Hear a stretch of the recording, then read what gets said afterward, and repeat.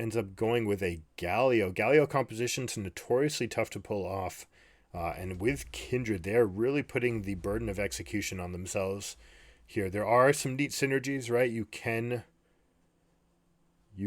create the Kindred Lamb's Respite and then have Galio jump into it as it's ending. But on the other team, you have Rakan able to pull people out, Wukong to get area of effect knockups. So realistically, this Kindred's looking to not only to carry, but also looking to counter the big engage that's going on here. Galio can be a little bit late to these fights, so we'll see whether or not we see a full AP build from the Galio, something that is able to create a little bit of pressure, a little bit of zoning control, better cues, or whether or not he goes tank and then tries to be a little bit better on the side lanes. Yagao, it's going to be a tough game for you. A lot of easy in and out. Definitely strong into Rakan, but Rakan's going to have multiple dashes, right? Tends to not use E's to get into position for his ultimate, but often does it to get out. Or if you use one E to get into position, then you still have the other one. As long as you're quick, you can get that second E off. But we get the same matchup up in top. They're saying, hey, we're happy with you playing Jax. Casante's just a better team fighter. And we saw that Jax got punished trying to come into these fights. So we'll try to get a better read whether or not this was a one-timer, whether or not they felt that they've got a good read on the matchup and what they're going to do. And good ward this game. So changing up, well, they did swap sides. So we have different scouting report on these teams. Let's see where they go for their wards. Now that they know that the invade was coming, Rakan gets to put whatever ward he wants down. Choosing to put one at Raptor Pit. No delay either. Dropping it at 1 minute. So they will have plenty of information about what the Kindred is up to. Now, something that you could do still as Kindred, there's two starts here. One is to go red buff and then jump over the Dragon Pit. We'll see who gets spotted here. They swept, but now they're going to get seen. Oh, it's on the edge of the timer. Can they get this ward down? Small victories? All right, small victory. But they do get the information that Kindred is not there. So now Casante with a mini leash. Auto Q looks like from him. So Wukong should have a very good start. Jax also giving a small leash to the Kindred. So these guys respecting the volatility of this matchup. Wukong can have a really tough time here. And check out this level 1 being played out. Lethal tempo from Jax, getting those extra hits in. Uses the stun to disjoint the minions. And doesn't extend the trade any further. Despite being stacked up, does not want to get that grasp. This is the sort of window, though, that he can't give anything back. Right? Grasp is up. And 369 is getting these Qs to hit. So the low mana cost really getting Casante back into the lane here. Now check that out. Yagao going for an aggressive play, but Knight using the Foxfire very well to step right out of range. Okay, nice little trade.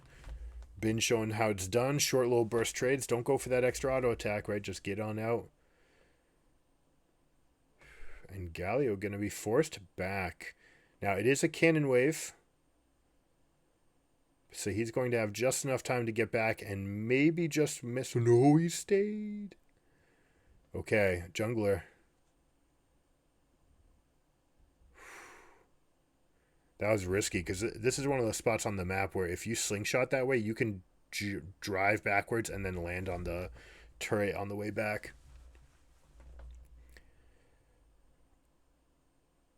Flash into E, into W, dodges the damage, but it's not enough. But it is going to get Kindred a mark. So they might say that this is worth, right? We've got 400 gold for the solo kill, first blood.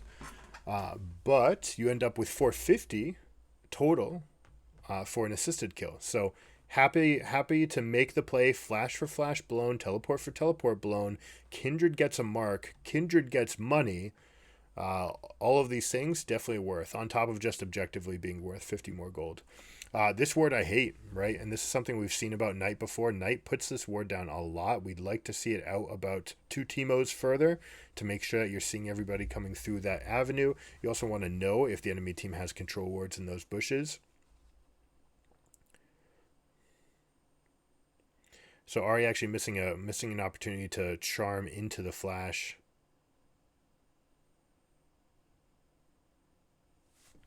But expertly played there by Kindred. So now Wukong's going to have some extra pressure, right? Kindred with the extra kill means we're kind of going to be at 400 gold ahead on this shop, and it's already a volatile matchup that Kindred is looking to make. The one window that Wukong will have against Kindred will be if Kindred dashes forward and Wukong still has his dash, right? So he can counter engage. We'll see what we get here out of the Blitzcrank. There's no jungler nearby. Rakan selling the bait. Now we do have a minion wave. This could stay. Wukong decides to back. I don't like that at all. That wave is pushing in, and there's nothing they can do about it, and they don't have information about him. So if he stays there, that is almost a definitive kill, or at least double flash being burned from bot laners.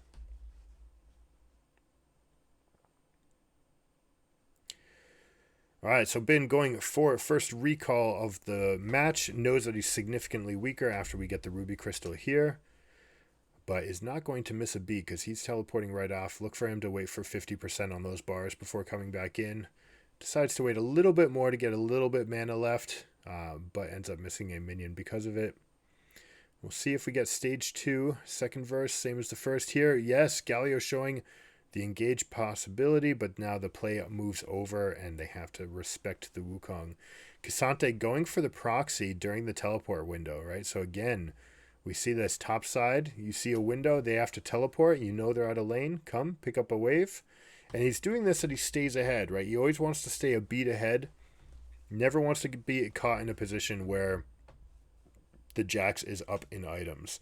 So even though it's just a Kindle gem, right? That little bit matters. And you had the time, right? You were able to get the wave in, proxy the wave. So they're able to go for it. But now it's 6 minutes into the game. Kind of an awkward timing to take that recall. You do want to have that lead. But now you're stuck in this position where Bin's going to be able to control this wave for the remainder of the time until Dragon. Whether or not they decide to come over, rotate these crews, maybe they're just not going to do anything, except that they have the win as they have it. Kindred having the full Noon Quiver is enough to scare Wukong away, and they step back. Now you see Kindred, right? Flash, or Smite, jump over the wall, continue farming, has a big lead, big tempo lead here as well. Up 2 camps, about to be 3. And Wukong is, basically only 15 seconds ahead on getting to red buff. So we'll call it 2.5 camp lead for the Kindred here. Going to be a strong shop. We'll see if she goes for the upgraded boots, if she has enough, or just the pickaxe. Yeah, it's just pickaxe. Tends to be better in the jungle if you're not going to be looking for gank angles. First to 6 for ahead in items. Kindred, really good spot here.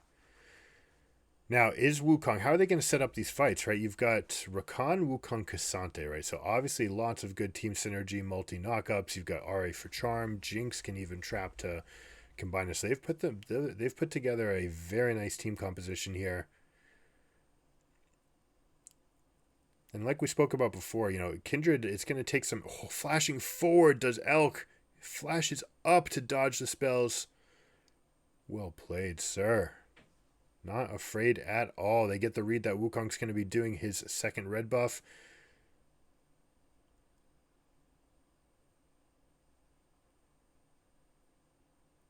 And here we go on this continuation. What do we get in the river? Because of the kill, do they send Ruler over like they did last game? It looks like the answer is no. So I'm actually very surprised by this. Wouldn't be an awful time for K'Sante to get out of this situation, but they opt. So I love this. I love that we're seeing some differentiation from JDG saying, yeah, last time we rotated Ruler here, your coaching staff is probably going to be really worried about that. So we're going to just instead do the opposite. We're going to bring them here. Now look at this continuation. Kanavi diving in, getting the ult. Galio all able to slow everything down though. And then here we go, Kindred, right? Now, who can burst? Oh my god, it's calamity. Jinx Rocket can still affect the fight from downtown. And look at these health point bars. A huge win from JDG.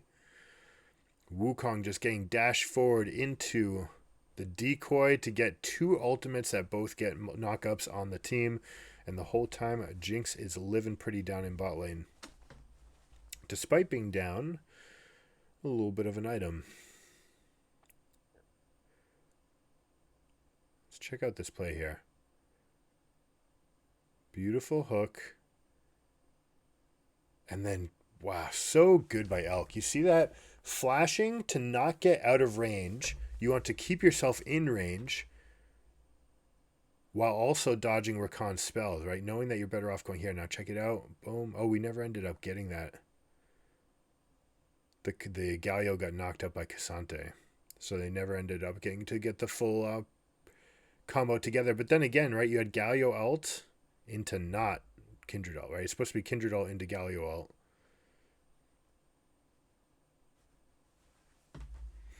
All right, JDG, superior play.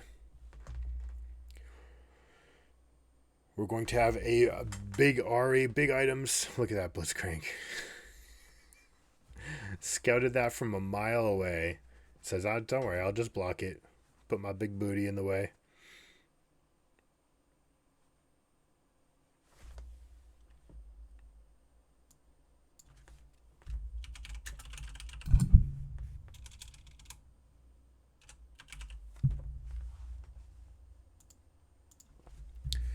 All right, now Aphilio's getting himself caught out. Now a little bit of peel from Gone, but it's not enough. Or on.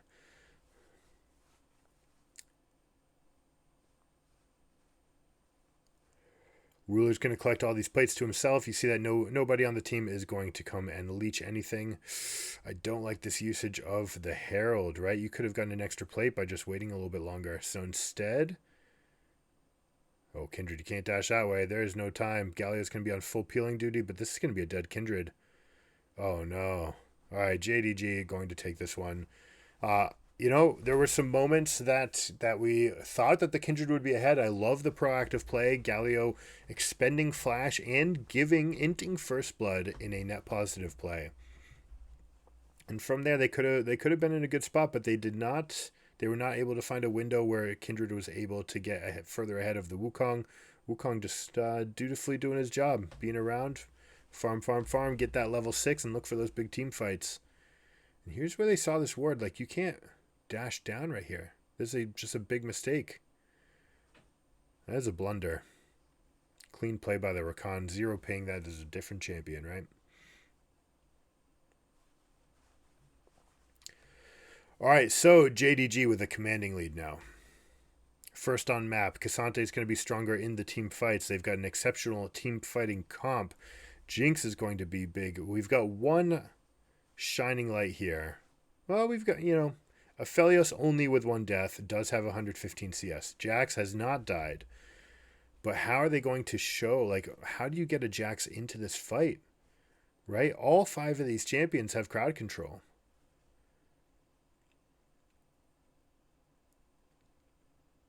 I like that play by Blitzcrank. Feinting like he's going to jump over the wall with the Hex Flash in case there's any lingering vision there.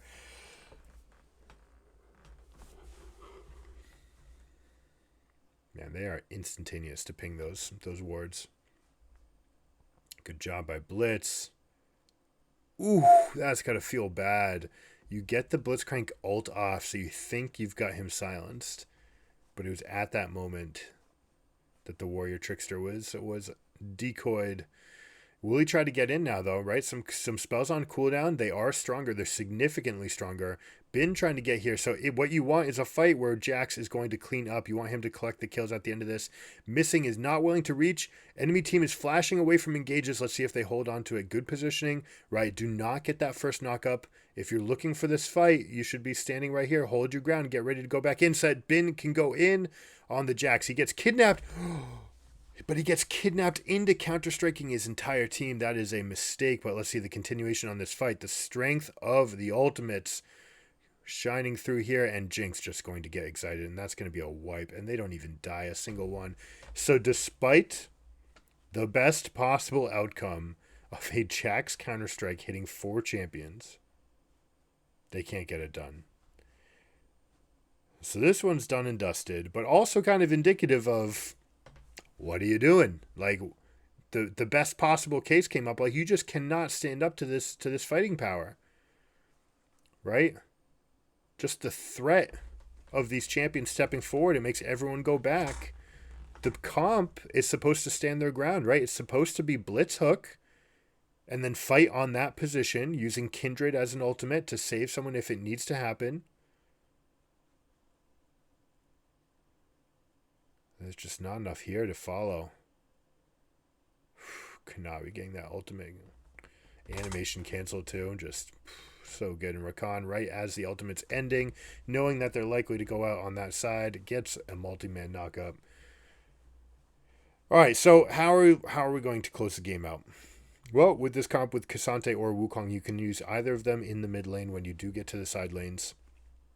They're going to spend a little bit of time in mid. They would like to get these two turrets down. Jinx is a half item ahead of a completed Zeal ahead. Ari tremendously ahead of the Galio here. Basically, everybody's going to be up, right? It's 3,500 gold. It was all in a team fight. So you're going to see a 500 to 1,000 gold lead across all the characters.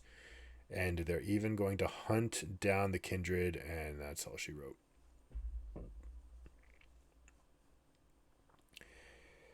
Jinx holding their own here in mid. Happy to do the 1v1. Blitz should try to make a fight. So if you're BLG, how do you profit here? How do you survive? What is the chance of coming out of this game? It's going to be a tough one.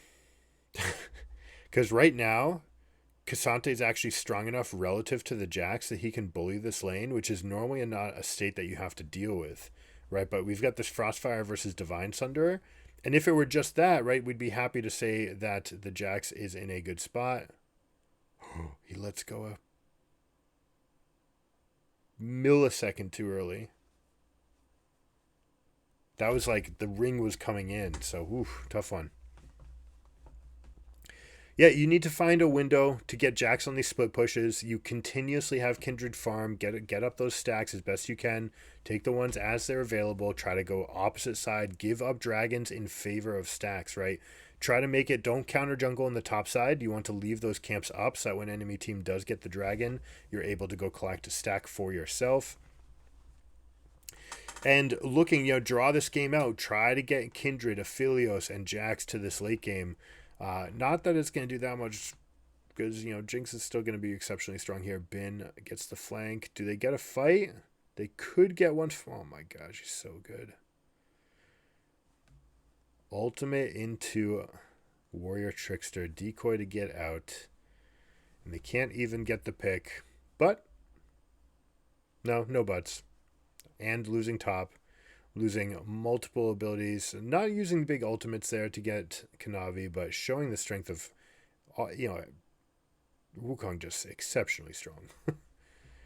This is patch 13.5. It's worth noting this is not the MSI patch. Wukong is going to be a full step lower than this. Marksmen across the board are going to be a little bit weaker. K'Sante, I believe, also got another hit since here.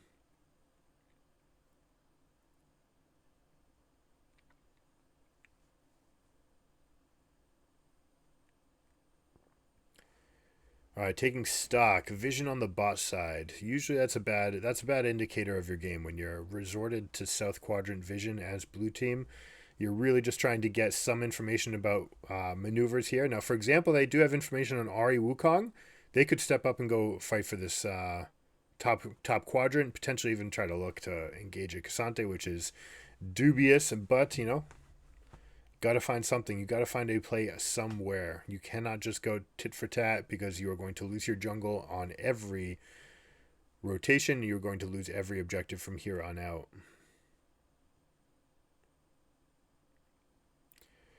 Now, no delay here. They get mid prio, move on over. Look at the ward line. Beautifully set up. Good depth. Right, these will be ones that will allow JDG to carry the fight. If it does break out, they will be able to continue it with wards at that depth, which is what I like. You didn't get the really deep one, but normally you don't need that one unless you're afraid of a steal or flank engage. So for what's on the map, very well done. Love what Missing is doing there. Now check out in top lane, plated steel caps. Divine Sunderer are in, so Jack's feeling strong again. Missing able to get the wards out, not die. If only barely. Shot in the dark. Could happen. He doesn't go for it. All right, so let's look at JDG's technique. All right.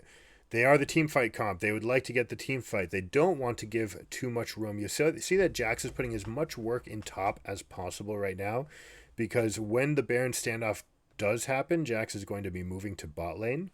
Now, in this case, we have Galio right now who has the teleport, whereas Jax's is not up. It looks for another like 30 seconds or so. So Galio is going to take this wave, might even go for one more, and may try to sweep in the bot side jungle to catch rotations, right? And this is to answer what JDG's plan is going to be, which is getting the Western Quadrant jungle and Chinks. And, collecting their prize, right? You get the vision advantage so that you can do exactly that. Get a pick on the enemy jungler or support. So now team gets to come up. They're going to get top wave prio. And because of this, Cassante actually gets a free pass for his teleport, but he's using it bottom. I don't like this at all. I hate this, in fact.